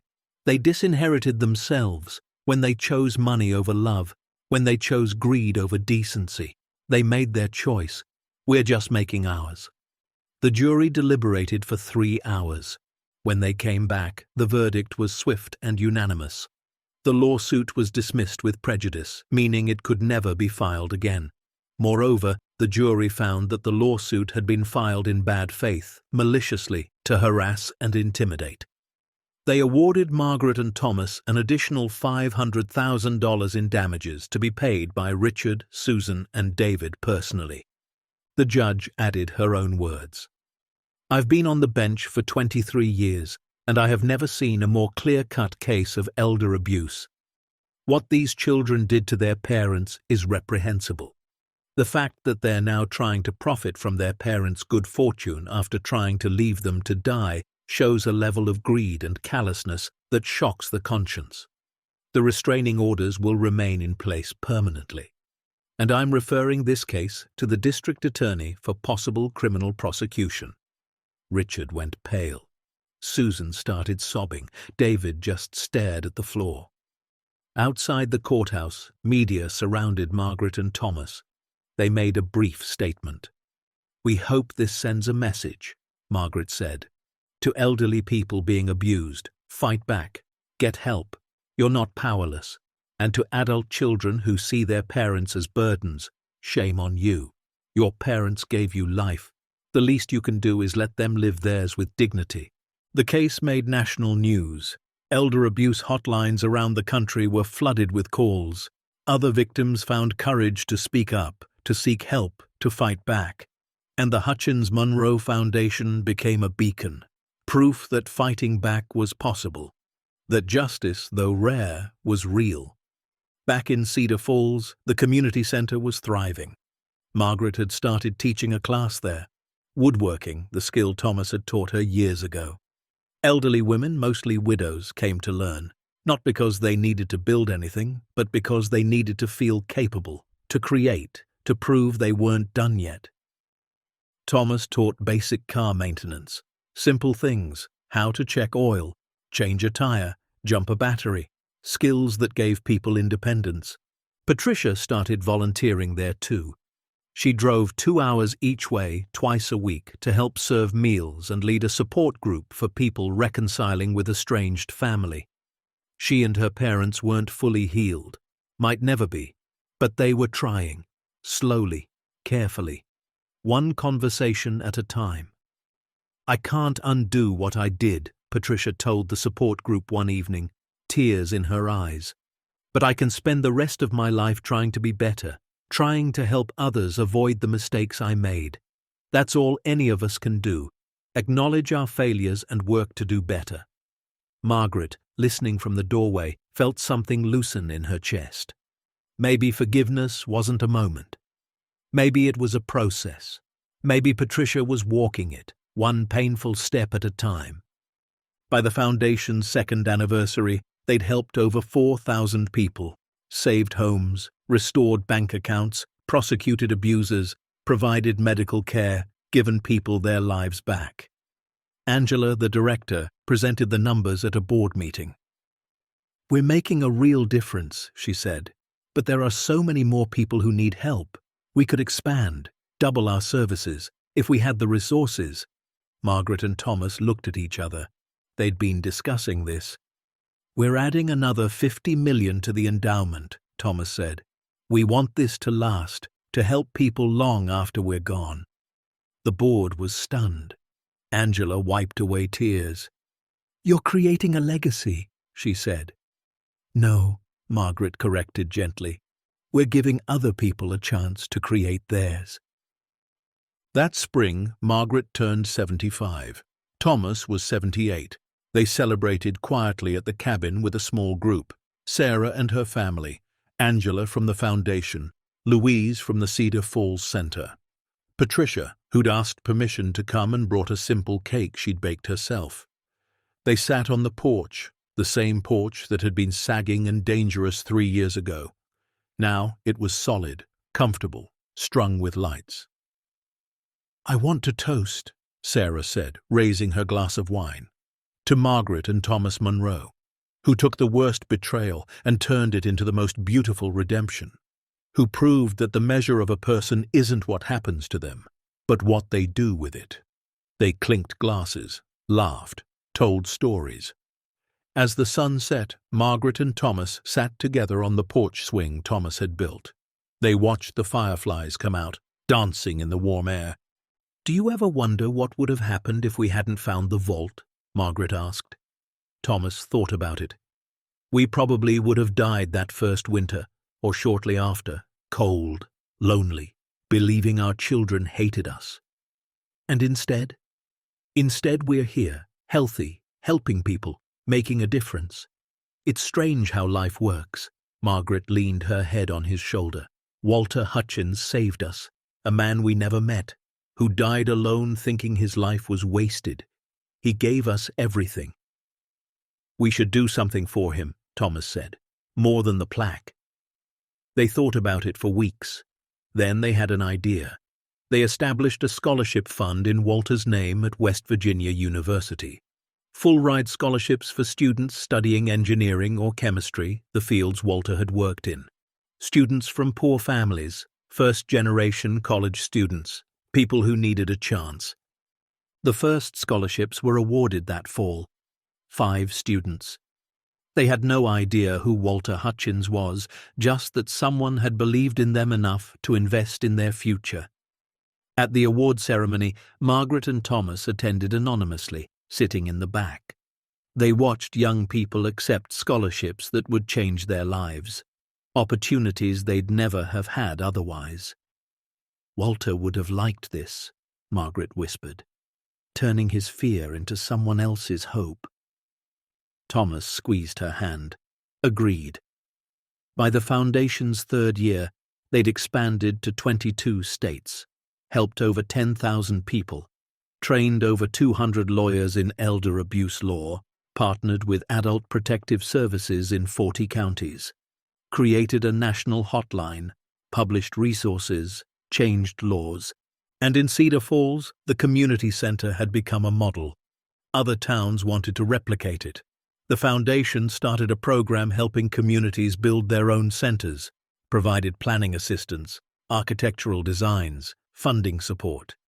Within 2 years, 15 more centers opened across Appalachia, each one a place where elderly people could gather, be cared for, be valued.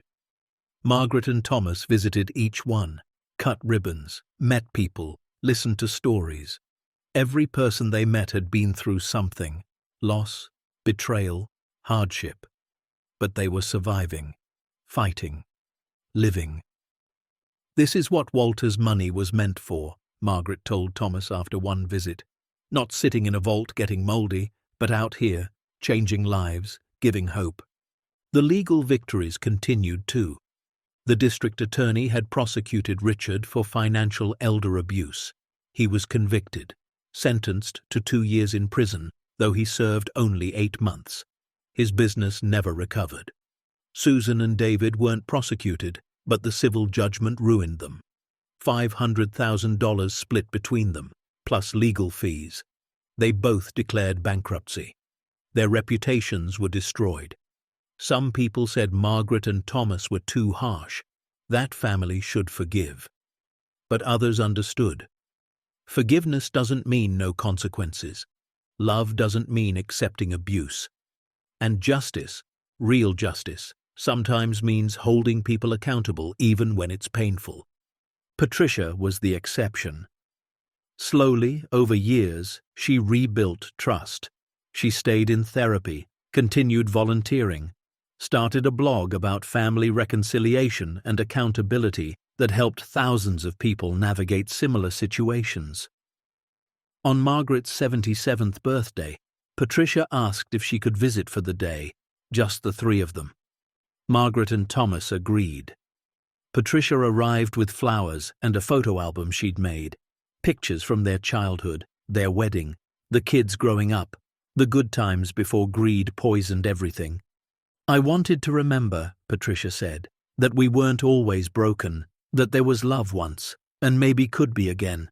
They spent the day together. It wasn't perfect. Some conversations were still hard, some wounds still raw, but it was real, honest, a beginning of something that might eventually become whole. As the afternoon sun slanted through the windows, Patricia asked the question that had been haunting her. "Do you think you'll ever really forgive me?" Margaret looked at her youngest daughter, seeing both the woman she'd become and the child she'd been. "I think," Margaret said carefully, "that forgiveness isn't a switch you flip. It's a door you open slowly. You've been knocking for 3 years, showing up, doing the work, not making excuses. I can't say we're all the way there, but Patricia, we're not where we were, and that's something." Patricia nodded, tears flowing freely. "That's enough. For now, that's enough." After she left, Thomas found Margaret in Walter's vault. She went there sometimes, just to sit in the space where everything changed. "You thinking about the kids?" he asked, settling beside her on the concrete floor. "Thinking about how close we came to dying down here, to never being found, and how Walter probably felt that way his whole life, trapped with his fortune, afraid to trust anyone." "But we didn't die," Thomas said. "And we did trust. Sarah, Angela, the people at the center. We let people in, and look what happened." "We built something," Margaret said.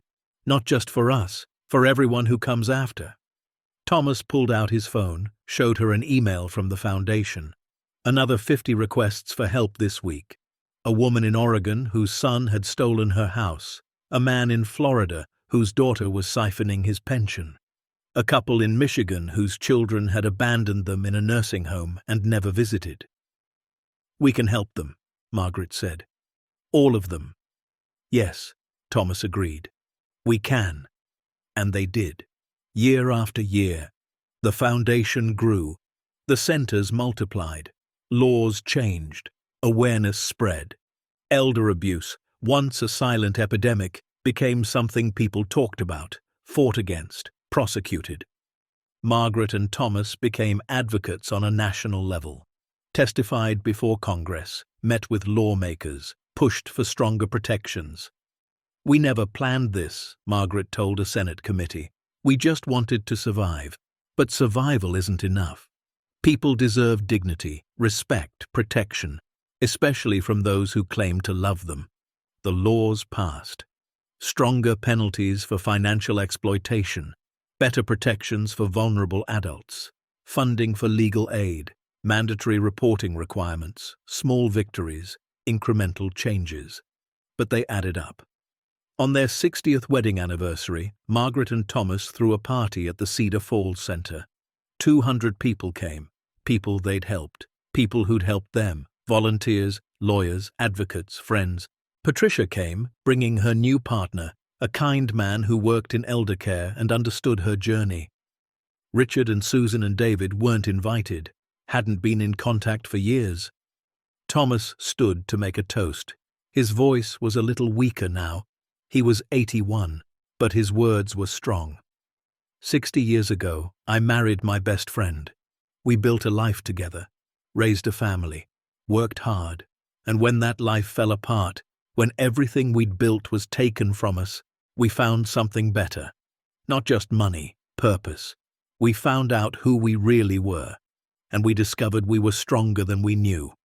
He looked at Margaret, his eyes full of love.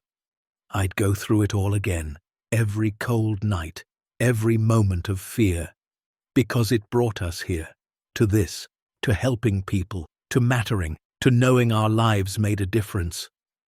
Margaret stood beside him, taking his hand. Someone once told us that the worst thing that happens to you can become the best thing you do with your life. We've tried to live that. And we hope everyone here knows, no matter what you've been through, no matter who's hurt you, you can still build something beautiful. You can still matter. You can still win. The room erupted in applause. Tears flowed freely. And in that moment, surrounded by people whose lives they'd touched and who'd touched theirs, Margaret and Thomas Monroe understood what Walter Hutchins never had. That wealth isn't measured in gold or cash or bonds hidden in vaults. It's measured in lives changed, in hope restored, in love that survives even the worst betrayals. 2 more incredible stories of resilience and justice are waiting for you. Click to see what happens next, and don't forget to hit subscribe if you believe that kindness and truth always win in the end. The years continued to roll forward, gentle and kind now. Margaret and Thomas moved slower, but lived fuller. They'd sold the cabin eventually, donated it and the land to the foundation. It became a retreat center for elder abuse survivors, a place to heal, to find peace, to remember that they were more than what had been done to them. They moved to a comfortable house in Charleston, close to Sarah, close to the foundation headquarters. Nothing extravagant, just a 2-bedroom ranch with a garden and a porch. Enough. On Margaret's 80th birthday, the foundation threw a celebration at the original Cedar Falls Center. Over 500 people attended. The governor gave a speech. Angela presented statistics. In 7 years, the Hutchins Monroe Foundation had helped over 32,000 people, recovered over $400 million in stolen assets, prosecuted over 600 abusers, trained 1,500 lawyers, built 43 community centers. None of this would exist, Angela said, her voice thick with emotion, without 2 people who refused to give up, who took their pain and transformed it into purpose, who showed us all what resilience really means. Margaret and Thomas stood together, older now, slower, but still holding hands, still strong. We didn't do this alone, Margaret said when it was her turn to speak. Every person who believed us, who helped us, who joined this fight, you did this. We just started it. You're making it real, making it last. As the celebration wound down, Patricia approached. She'd become a fixture in their lives now, not like before. The relationship would never be what it once was, but it was real, built on honesty and accountability instead of obligation and pretense. "Mom, Dad," she said, "there's someone I want you to meet." She introduced a young woman, maybe 30, with kind eyes. "This is Jessica. She came to the foundation 6 months ago. Her family had stolen everything from her grandmother and tried to have her committed. We helped fight back. got everything restored, and now Jessica volunteers, helps other people going through the same thing. Jessica shook their hands, tears in her eyes. You saved my grandmother's life, and you gave me a purpose. I'm training to be a paralegal so I can work in elder law, because of you. These moments happened often now. Strangers who were no longer strangers, people whose lives had been touched by a fortune found in darkness and transformed into light. And they never forgot Walter. Every year on the anniversary of his death, April 2nd, they held a quiet ceremony, just the two of them usually. They'd visit the vault, now empty but preserved as part of the retreat center. They'd read from his journal, remember his lonely life, honor his unintentional gift. You thought you wasted your life, Margaret would say to the empty vault. But you saved ours, and through us, thousands more. That's not wasted, Walter. That's eternal. One evening, as autumn painted the trees gold and red, Thomas found Margaret in the garden. She was moving slower now. Arthritis had progressed despite the best treatments, but she still tended her tomatoes, still found joy in dirt under her fingernails. I've been thinking, he said, settling beside her on the garden bench he'd built. About how it all happened. The children's betrayal, the cabin, the vault, all of it. Regrets? Margaret asked. No, Thomas said firmly. The opposite. Gratitude. She looked at him, surprised. For being betrayed? For finding out what we're made of, he replied. For discovering we were stronger than we knew. For learning that the people who are supposed to love you sometimes don't, but that doesn't mean you stop loving yourself. Stop believing you matter. Margaret leaned against him, the way she had for 63 years of marriage. We matter, she said softly. We really do. Yes, he agreed. We really do. They sat together as the sun set, two elderly people who'd survived the unsurvivable, who'd taken betrayal and built a legacy, who'd found $265 million and given most of it away because they understood something their children never would. That the truest wealth isn't what you keep, it's what you give, isn't what you hide, it's what you share, isn't measured in dollars, but in lives touched, hope restored, and love that refuses to die even when tested by the cruelest betrayals. Anyone can lose everything to betrayal, but it takes true strength to transform that pain into purpose and prove that the best revenge is living well and lifting others up. As the morning sun warmed the porch of their Charleston home, Margaret and Thomas didn't reach for anything but each other's hands. They'd built something that would outlive them, a foundation that would help people for generations, centers that would serve communities for decades, laws that would protect the vulnerable long after they were gone. The mechanics' calloused hands and the construction workers' scarred fingers, once trembling with cold and fear in a collapsing cabin, now rested easy, because they'd done what their children never could. They'd turned betrayal into blessing, darkness into light, a death sentence into a life's purpose. And somewhere in the mountains of West Virginia, an empty vault waited, a monument to one man's paranoia and two people's perseverance. A reminder that sometimes the ground beneath your feet, no matter how broken it seems, holds miracles you can't imagine. You just have to be brave enough to look. The end. Up next, two more powerful stories are waiting for you. Click to keep discovering, and don't forget to hit subscribe if you believe the truth deserves a voice.